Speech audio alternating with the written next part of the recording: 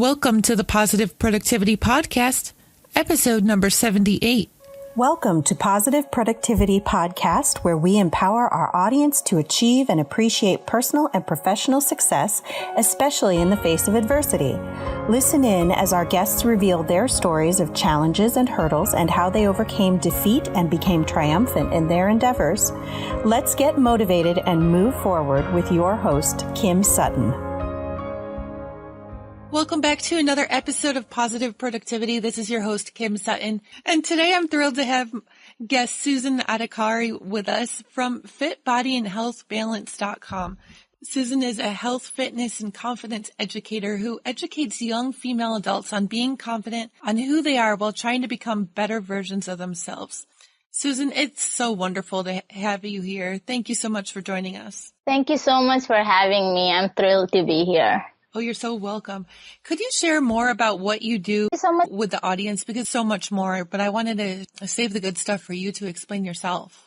Okay, thank you so much for having me. I actually help busy females to find balance and to make mental shift before they start on weight loss journey, because I believe that unless and until our mindset is right, we can definitely lose weight, but then we're going to end up gaining it back again. And I focus on helping them become the best version of themselves by taking charge of their health rather than just losing weight and having to regain it back all over again. So it's more about going through mental shift before we start on weight loss journey.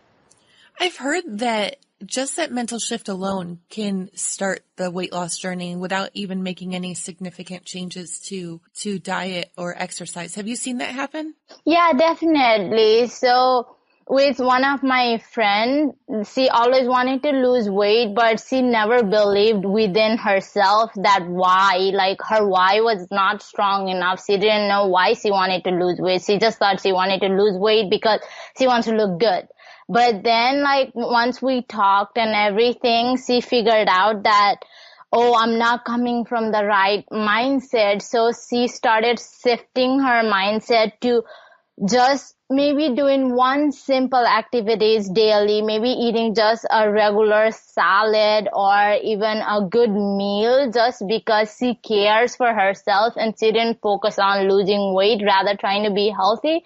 And it came as a byproduct because she was eating good nutrient dense food and she was also exercising in terms of going for a walk or maybe running just 10-15 minutes, but keeping herself active. That turned into losing weight because she was trying to be healthy, and byproduct of being healthy is you end up losing weight as well. I have to admit, I've been eyeing those treadmill desks, but with having 5 kids in the house, that would just not be a good option right now. I mean, my kids would be constantly trying to walk it.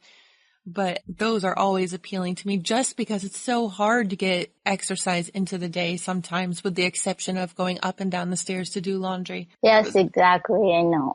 So what are some of the most important, or I should say, basic shifts that your clients and those you help? Are there any similarities that you help them with across the board, it seems?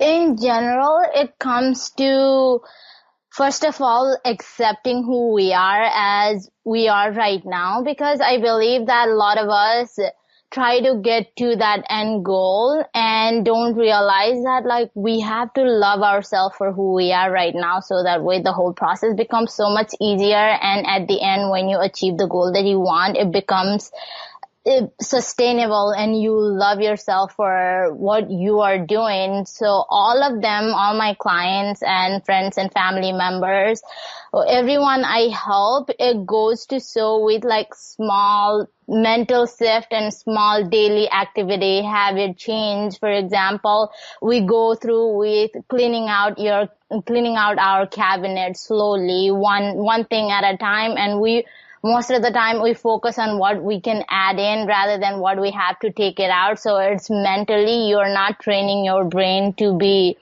thinking negatively, because when you think about it, when you think it's, oh, I can't eat this, I can't eat that, then you're subconsciously training your mind to say no, but when you focus on, I'm adding this because it's good for me, I'm adding that because it's good for me, then it helps you stay in track. And that's what I see consistent with my client. They focus on adding positive things in their lifestyle, such as going for a walk, maybe just doing at home exercise that you can do at home, or even using stairs, going back and forth 3 to 5 times. That's an activity as well. But they focus on adding one thing that moves them positively toward their health goal. And that's what I see consistent with my clients.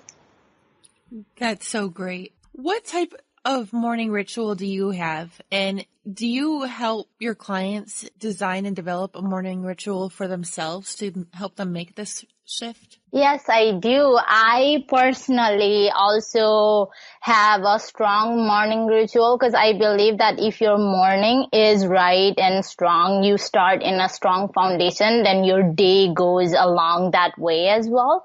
So in the morning, I wake up early in the morning and I read a book. I do stretching because I believe that when you let your blood flow early in the morning, it makes you more active and it just helps you regain yourself. And I also think it's so important to do meditation just to clear out thoughts. So I help my clients with all of that as well. Since I'm focusing on mental shift, I believe that when you do meditation, it doesn't have to be long, maybe just 5 minutes at the max. When you let your brain just relax, it helps you to be in a center focus and it helps you to go about your day in a positive way. And I also believe that we really have to take gratitude journal because I think that if we are so grateful for what we have right now, what's going on in our life, and we don't take anything for granted, because I understand this because I had a health condition. So I believe that being able to walk, being able to eat healthy meal, being able to do normal activities that we don't even think about, we should be very grateful of that. And I make sure my clients feel that way, so that way they don't take themselves and think that, well, this is just normal thing that everybody can do and it's not a big deal, because I want them to realize that making a habit of taking gratitude journal is very, very important, because you're being in the right mindset. You're thinking, you're appreciating what you have right now in life, so that way you don't take anything for granted. So I help them with that. So we generally do meditation, do a little bit of stretching, and we do gratitude journal. And if they have time, then read a book. Even if not, then personal development is a big, big thing when it comes to changing your mentality and when it comes to being your healthiest self. So I focus on helping them to listen to podcasts or maybe Audible at least once a day. So that's my regular schedule in the morning as well. And that's what I want my client to follow as well, because you kind of have to lead by an example. You have to be your own guinea pig, right? Oh, absolutely. And when you're talking about personal development, who are some of the figures that you look to? I have been listening to Darren Hardy lately. I love his Audible books and even his daily ritual of Darren Daily, because especially my favorite book of his is, I think, Compound Effect, because it helps me be in perspective with how you can take daily action, like one simple step at a time, and it will compound to give you a great result. You have to focus on doing one good activities a day, so that way you can get the whole picture at the end. And I also really like this book called You're a Badass. I'm not sure if you have heard it or listened to it or not yet. Is that Dan Meredith? No, it's Jen Sincero. Okay. Yeah, at first I thought, well, these are all common sense and everything, but like the more I listen to, the more it gives me a sense of I can do anything. Like, it's positive. It's so positive in a way that we are all friends in this earth. That's what she talks about. And it makes you feel like you have a purpose. You're doing the right thing. And those are my go-to person every time if I have a negative thought or if I need a little mental boost or confidence, then I listen to them a lot. I love how you said you can do everything. And I think it's also important to remember that although you can do everything, you don't need to do everything today.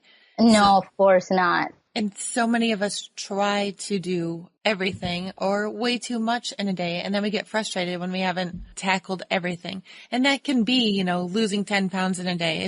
Chances are that's not going to happen. Or building a whole website or running I was going to say running a marathon, but people do that. I just don't. No, yeah, they do that, but then they train for like months and months, so it's kind of like leading up to that. So it's absolutely the compound effect. It's the little actions that you take getting up to that day that do it. Exactly. I was just going to ask, what does your sleep look like? How many hours of sleep are you getting a night, and how many do you recommend for your clients? I definitely get in at least 7 to 8 hours of sleep because I believe sleep is so important, especially if you are being very active, not even if you're being active, but you need good sleep in order to function for tomorrow and be your best self. So I tell everyone that I know, even my client, my family members, even my parents, everyone that I'm close to, I tell them to get at least 7 to 8 hours of sleep because sleep is so important. And a lot of us think that we're so busy, so I'm going to cut off some sleep to get extra time. But if you're not well rested and your body is not well rested, and we also have to remember that our body recovers when we're sleeping. So if we're not well rested, then we're going to suffer the next day. Oh, absolutely. I actually fell asleep about 9:30 last night, which is really early for me. And then I woke up at 4:30 completely wide awake this morning. And that's awesome. Yeah, it was absolutely awesome because I was able to get up and get a couple hours of undisturbed work done before anybody in my house, I should say, started waking up. And then, the clients start waking up later or start contacting me after that. So we all have guilty pleasures. We might have those snacks that don't really have any nutritional value. So I have a two-parted question for you. What is your guilty pleasure that really shouldn't be, but hey, I think we all deserve a treat once in a while. And of course. And what would be your recommended guilty pleasure that would have more nutritional value to help us as we're trying to be more productive and positive through the day? I'm so glad you asked this because none of us are like perfectionists, We are all human. We make mistakes. We like to treat ourselves once in a while. And it's all about balancing life because if you don't balance it, then you're going to crash. So my guilty pleasure is I really love frozen yogurt. And I know they're not as healthy as nutrient dense, but some of the days I just have to have it. I just need that sugar going because I want to enjoy. But then some days what I do is I know that I want frozen yogurt, but I know I can make alternatives. That's what I teach my clients as well, like swapping superfood with your normal food that you really like. So that way you're actually eating something healthy and at the same time enjoying as well. So what I normally do is some days I will totally go out and eat big bowl of frozen yogurt, but some days I make them at home. So I just add frozen berries, banana, just a little bit of milk and a little bit of yogurt, and I blend them together. And once it comes out a creamy and thick texture, then I put it in a fridge for maybe 2 hours at the max. Then there you go. You have your good source of kind of like ice cream, kind of like frozen yogurt with sweet craving that you don't have to go out and buy in conventional store. And since you're the one who put the ingredient, the benefits, there's no added chemicals to it, and at the same time you can enjoy it as well. So that's what I do. That's awesome. I have to confess, my guilty pleasure is gummy bears, and my husband totally doesn't help me out with that because he brings home bags of gummy bears from the grocery. So I Oh, need to find a healthy alternative to that. I'm sure there's something. Maybe it is just frozen fruit slices. I mean, they would still be chewy and they would definitely be a lot more healthy than who knows what artificial ingredients are. I really exactly. don't want to know, but I probably should know because that would get me off of that kick really fast. Yeah, I make sure that I tell everybody to read nutrient label so that way they know what they're consuming. And a lot of times, like even I'm guilty of this because we're not aware of like what ingredient they have put in. And a lot of time I don't even understand what they are and I'm consuming and I'm like, I know I shouldn't be, but this is so good. I'm actually Googling right now. I muted myself while I was typing. I'm Googling what's in gummy bears because I was curious. But I probably really shouldn't be doing it. Well, but again, you said you tell your clients to do that. So what brought you on the journey to where you are now? I have a long story, but I'm gonna make it short. So what happened was we came from Nepal back in 2004. I came with my parents, and in my household, there's nothing about going out to eat for lunch or dinner or ordering food. My mom cooks every day. Even till this day, we eat at home when I come to my parents' place. They cook every single day. So I was growing up eating healthy food. Then I went to college and I was doing everything by myself. And I was like a free bird. I was like, oh, I can eat anything and everything that's out there. So I started going out more often, eating out more often because I was like, there's nobody to tell me you can't eat this and that. And what happened was I ended up catching this health condition where my fingers and limbs and joints were very numb and it used to feel like tingle. So it's kind of like it had like a tingly sensation and it would move from one side of the body to another.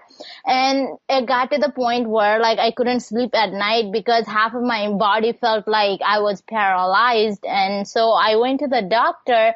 And when we did all types of tests and everything, all the results came out normal. So my cholesterol level was normal. I didn't have any diabetes and there was nothing in the urine test or anything. And my doctor told me, well, you're so young. You're 22 years old. What could be wrong with you? And you're pretty active as well. So I think it's just in your head. I'm never going to forget this. He just said it might be just in your head. And that's why you're feeling this, but there's nothing wrong with you. And I did not want to live with that. I did not believe that my life was supposed to be that way. So I started doing research after research. And after a couple days, I started cutting all the junk food from my diet because I believe that what Mother Nature is giving us should be the healthiest versus what we make as a conventional medicine. So I started eating more natural and wholesome food. I started walking slowly because there was no way I was going to be able to run. But then that helped me reverse my condition slowly. And after several months of doing exercise and eating whole food, learning to cook at home, I was completely able to reverse my condition. And I believe that like with natural food and doing exercises, we have so much control with our health than we realize. And that's what I want female to learn and educate so that way, because I believe that us as a female, we are the household take care person. And if we know that we can be our healthiest self and we have everything in control when it comes to our health and well-being, then we can teach that to our kids as well. That's why I started this journey, because I believe we can make the change and be our healthiest self and we don't have to go through conventional medicine. That's so huge. I have to ask, when you started this journey, and I want to ask for today also, do you drink coffee and were you drinking coffee? Back then I was, But right now I do once in a while, not always, but when I feel like I'm going about my day and I'm super tired and I want something, I just add little dash of coffee and like drink more, add more water to it, but not regularly anymore though. Back then I used to be drinking coffee a lot. Yeah, earlier this year I was drinking tons of coffee and soda during the day, and I've cut my coffee and soda consumption down to maybe 1 cup on Sunday of coffee, and a soda is very rare. That's And I've been awesome. surprised by the fact that I am not tired during the day because I'm drinking so much water. Yeah, Sorry listeners, and sorry Susan. Like I go pee so much during the day now, so much more than I was when I was drinking all the coffee, but that's good because it's getting that's a good thing. yeah, it's getting all the impurities out and everything. But I'm not tired. And the truth is I'm sleeping better at night because I'm not drinking caffeine all the way up until like an hour before bedtime. Yeah, that's huge. That's really huge. Yeah, and I've even noticed that it's impacting the rest of me physically. I've lost weight because I'm not drinking all that sugar, and my skin is cleared up, and there's just so many more benefits than Yeah. just getting the sugar out. I was actually listening to Dr. Daniel Amen, I think. Yeah. Are you familiar with Dr. Amen? I don't think I know, but I would love to know though. Yeah, I'll put it in the show notes, but he discusses how caffeine and sugar can actually bring on Alzheimer's, or they feed into it. So all the actions, I'm in my 30s now. Everything that we're doing now is contributing to our health later on in life. So Really yeah. yeah. So right now, by taking care of ourselves, we can be eliminating or stalling the stalling the, I know what I'm trying to say. Again, this is positive productivity, not perfection, but, we can be stalling when Alzheimer's or dementia or anything like that actually does become prevalent in our life by those decisions today. Yeah, that's for sure. Because like right now I'm listening to this book called, I don't know if you have heard of it or not, How Not to Die by Dr. Michael Greger. And it's amazing. Do you know him? No, I haven't, but I do have another book recommendation for you. It's the Daniel Plan. Yes, I'm a bookworm, so I'm gonna definitely read it. Yeah. So for the listeners, we'll put all of these into the show notes. Yeah, for sure. But as I was saying, this book that I'm listening to right now, it talks about how like any nutrition can change and even reverse our condition, even diabetes, or even to prevent cancers and things like that. So it's amazing to me how how nutrient dense food can be, and how if we really do think about it, how we can take charge of our health. And this book is amazing. Like I would recommend to anybody listening to read it as well. It's amazing. You will be mind blown by how we don't know so much about nutrition and food in general. No, we absolutely don't know enough. There's always so much going out. I've seen some of those charts lately that show the comparison about the number of calories you get from eating a salad versus eating French fries. That's another guilty pleasure. I cannot deny McDonald's French fries just slip themselves into my mouth even when I'm trying not to eat them. And how filling they are, with how many calories they are, how much they fill you out, and how long those effects of being filled actually are. Because of the carbohydrates, you get the high, but then you crash afterwards. Exactly. So that is something that I am still struggling with, and I realize I have to be better about it. So yeah. Yeah. Just a quick tip. I don't know if you're a vegetarian or you eat meat, but if you do eat meat, then I would recommend that if you add like enough protein to your diet, then that will keep you full for longer. So you're not going through guilty pleasure as often as you don't want to, I guess. Oh, absolutely. I do eat meat, and I know I need to get more protein in there. Yeah. So for the people who are listening and they really just want to start making a first shift, say tomorrow, What's a 10-minute plan that you would recommend for them to get their day started? I know you were talking about stretching in the gratitude journal, but I know some people who are listening are probably thinking, well, I don't have time right now to make a whole 1 hour, like Tony Robbins' hour of power. I don't have time for that right now. So what would be your recommended 10-minute plan to get them through week 1, let's say? I think I completely understand because all of us are busy, and for most, I want people to realize that there's nothing more important than our health, so you have to make time.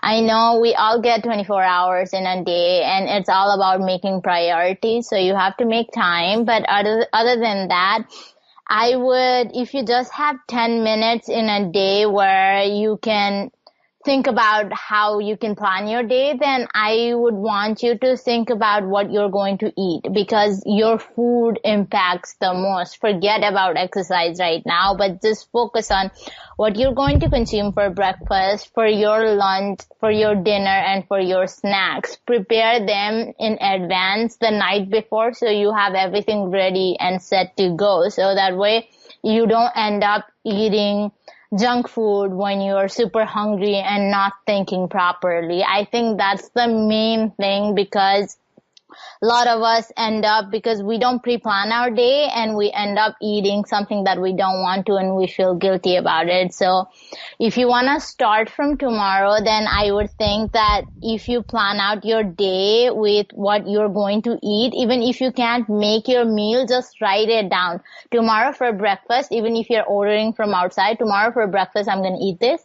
For lunch, I'm going to eat this, and for dinner, I'm going to eat this, because at the end, it saves you a ton of time as well, because when you go try to order food, you're sitting there thinking, oh, maybe I want this, maybe I want that. That's the time you're wasting right there as well. So if you have it already pre-planned, then you can go to whichever restaurant or whichever, I guess, maybe, I don't know, whichever food joint that you normally go to, and you know what you're getting, and you know what's the healthiest, and you order and you take it to go right away.